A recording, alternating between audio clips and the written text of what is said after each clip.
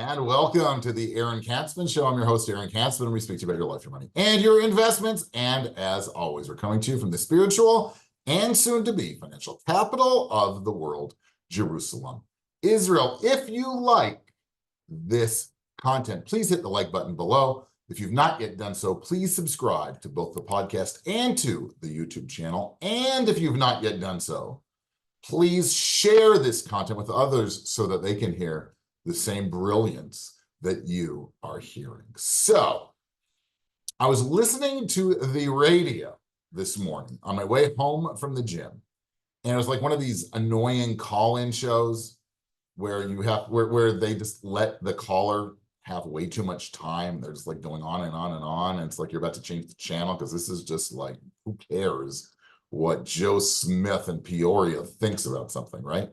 Anyway, the lady called up and she was just railing against the wealthy. And she was railing about how everything is stacked against her, and that there's no way that she's ever going to be able to pull herself out of poverty. And of course, then I changed the channel. It wasn't just that they let her speak too long. I just got so annoyed that either there was going to be like road rage on my behalf, or something bad was going to happen. So I just turned the channel, okay? Anyway, so I would like to speak to the lady, I'm sure she's listening, and say how somebody even working on who has a low salary can indeed become a millionaire. Now, I think too much is made about being a millionaire. I think that unfortunately, people think that's what defines us, right? There's shows, you know, whether I love him, right? Hats off to Dave Ramsey. He's great, but he, you know, everything's about becoming a millionaire.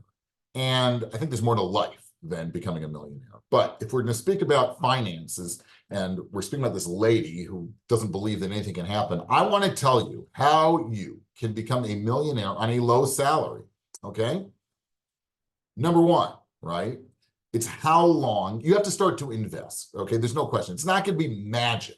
Okay, it's not going to be that you make minimum wage and you're going to wake up 20 years later without having done anything and you're going to become a millionaire. That's not going to happen. The first thing I want to say is we have to define what it means to be a millionaire. Well, what it means to become a millionaire is basically math, right? It's that your assets, the things you own, whether it's your property, rental properties, your stock portfolio, your Bitcoin, whatever it is, your stamp collection, whatever it is, equals and you take that, you subtract anything you may owe, right? A mortgage, a personal loan, whatever you're paying the repo man because you never paid your car loan, whatever it is, right? You subtract that from your assets, and if it equals $1 million, cha-ching. Okay, again, whatever that means. I don't know what it means to be a millionaire, but whatever that means, okay? You've hit some kind of goal that some people have, right? It doesn't mean that you're a good person. It doesn't mean that you're a bad person. It means that you have a certain amount of wealth, okay? So how do we do that, right? Like I said, you're not going to work at minimum wage for 30 years, not put away a penny and wake up and voila. Now, the first thing that also is important, and this goes to the lady, because she was talking about the fact that rich people inherited all their money. Survey after survey sort of shows that most people who do get to millionaire status did not inherit a cent. I think it's like 80 or 90% of people did it themselves, right? They didn't inherit anything. So that's just hogwash, right? But this lady's talking about this is not based in any fact. Okay, the host of the show could have stopped everything by saying that, but obviously the host of the show wasn't as smart as yours truly. So yes, you can do it, okay? You can do it yourself. Plenty of people do it. Number one, you have to start investing, okay? There's no way around it, right? You've got to put money away, and you've got to do it for the long term. Again, you can't do it for a week and say, oh, I'm going to put money away for a week. I'm going to put $5 away for a week and cha-ching, I'm going to make money. No. It's a long process. It can take 20 years. It can take 30 years, right? You may say, well, I don't want to invest for 30 years now when I can buy a coffee today, okay? Why should I spend, I think the number is like $14 a day, right? If I invest, it's $5,000 a year, basically, right? In 30 years, I can become a millionaire or something like that. 32 years, 34 years, I don't know exactly the numbers. Why? I don't want to do that. Well, the fact of the matter is, if you keep saying why you're not going to want to do something, right, and shoot down every idea, well, then yes, you're going to be like the lady on the phone call on the radio call-in show who's just complaining because you decided to live for today and not think about tomorrow. And you always came up with another reason why it's not going to work, right? That's true in life, right? People who are negative, people who always say, oh, that won't work, that won't work, that won't work, I can't do this because of that, right? They're not going to be successful in anything, okay? Whatever it is in life, if your attitude is always negative, well, then things aren't going to work out so well for you, are they? So I'm going under a certain assumption that you can put away X amount of money on an annual basis, right? That you can give up something in order to do that. Okay, so number one, you have to be committed to the process, okay? For the long-term process. Make it lucky and it might happen faster, but it's a long-term process, okay? Number two is how much money you invest. Right? If you invest, I think the number is around $10,000 for 30 years, and you make a 7% return, which is sort of what a moderate type of portfolio historically has done. Now, past performance is no indication of future returns. I say that over and over and over again for anybody watching who might be a regulator. That's true. I'm not promising returns. Nobody is promising returns. We're just talking about historical norms, okay? You can look at it, check it out, you'll see. Balanced portfolios, moderate portfolios over time. The stock market over time has given significantly more than that, right? We're around double digits, depending on where you look. It could be 10%, 11%. So keep that in mind. And of course, inflation will take a bite out of things. But even after inflation, if you're at 7% return, that's still going to be under historical norms. So you're in good shape there, okay? If you were to double, a little more than double that, if you were to get to $23,000 a year, well, now you're down to 20 years. That means if I start in my 20s, mid to late 20s, by my mid 40s, I can ring that bell. Again, I don't know what that means, but you could be a millionaire, right?